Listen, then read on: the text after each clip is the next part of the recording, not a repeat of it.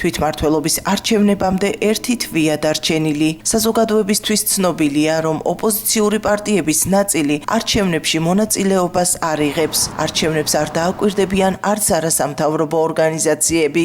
სამოქალაქო სექტორისა და ოპოზიციის ნაწილი არჩევნების ლეგიტიმურობას ეჭვქვეშ აყენებს, მეორე ნაწილი კი მონაწილეობის აუცილებლობაზე საუბრობს. არჩევნები ზოგადად დემოკრატიულ საზოგადოებაში, რა თქმა უნდა, უმნიშვნელოვანესი მექანიზმი არის ხელისუფლებების ცვლილებისთვის, მაგრამ დღეს საქართველოში არსებულ ვითარებას თუ გავითვალისწინებთ იმ პირობებში, როდესაც წინა არჩევნები მასობრივად იქნა გაყალბებული და წინა არჩევნების შემდეგ არავითარი ცვლილება არ მომხდარა.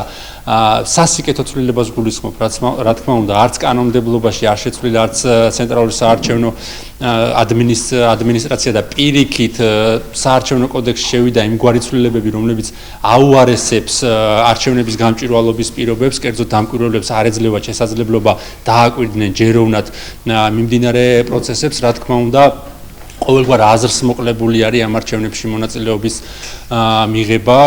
შესაბამისად, ქართული ოცნება აუცილებლად დაწერს იმ შედეგს, რაც თვითონ უნდა და აუცილებლად იტყვის იმას, რომ მან ჩაატარა დემოკრატიული არჩევნები და ვერც ერთი მტკიცებულებას ვერ მოვიტან თითქოს, რომ ეს არჩევნები გაყალბდა სინამდვილეში იმას, რომ არანაირი მტკიცებულება არ იქნება არჩევნების გაყალბებასთან დაკავშირებით, სწორედ ხელი შეუწყო საარჩევნო კოდექსში შეტანილმა ცვლილებებმა. არჩევნებისთვის ბოიკოტის გამოცხადებას სწორგზად მიიჩნევენ ის ოპოზიციური პარტიები, ვინც არჩევნებში მონაწილეობას არ იღებენ და ამბობენ, რომ არჩევნებში მონაწილეობა ქართული ოცნების წისქვილზე ასხამს წყალს.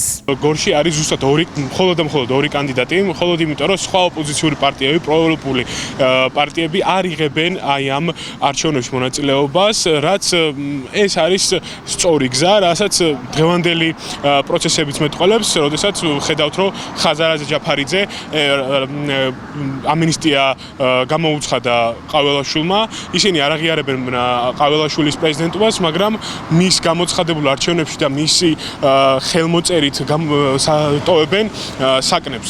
ეს იმაზე მეტყოლებს, რომ აქ არის წმინდად პოლიტიკური გარიგების ასე ვთქვათ მოდელი, რომ ისინი შევიდნენ აი ამ არჩევნებში და მათ მიიღეს ჯილდოს სახით საკნების დატოვება. საკანში არის ძალიან ბევრი ადამიანი, ძალიან ბევრი ახალგაზრდა, არიან ასევე სხვადასხვა პარტიის ლიდერები, მაგრამ ისინი იბრძვიან უკომპრომისოდ და არ იღებენ აი ამ ფარში მონაწილეობას. გახარია საქართველოსთვის და ძლიერი საქართველო თulis, რომ არჩევნებში მონაწილეობის მიღება აუცილებელია და სწორედ პოლიტიკურ პროცესში ჩართულობით უნდა მოხდეს რეალური ცვლილებების მიღწევა.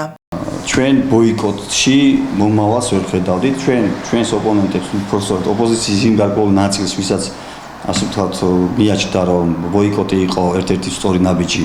ვეკითხებოდით თუ რა შედეგი შეიძლება მოყვეს ამ ბოიკოტს, ან რა შემდეგი ნაბიჯები გვაქვს გადასადგმელი ბოიკოტის შემდეგ და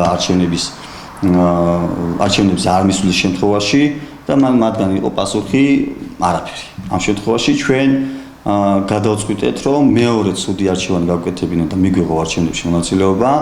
მე სასახად ვადასტურებ იმას, რომ ეს არ არის საუკეთესო გზა, თუმცა არის ერთ-ერთი საშუალება, რომ ბიძინა ივანიშვილის აი ამ რეჟიმს როგორღაც ხელი შეუშალოთ მთლიანად ძალაუფლების ხელში ჩაგდებაში.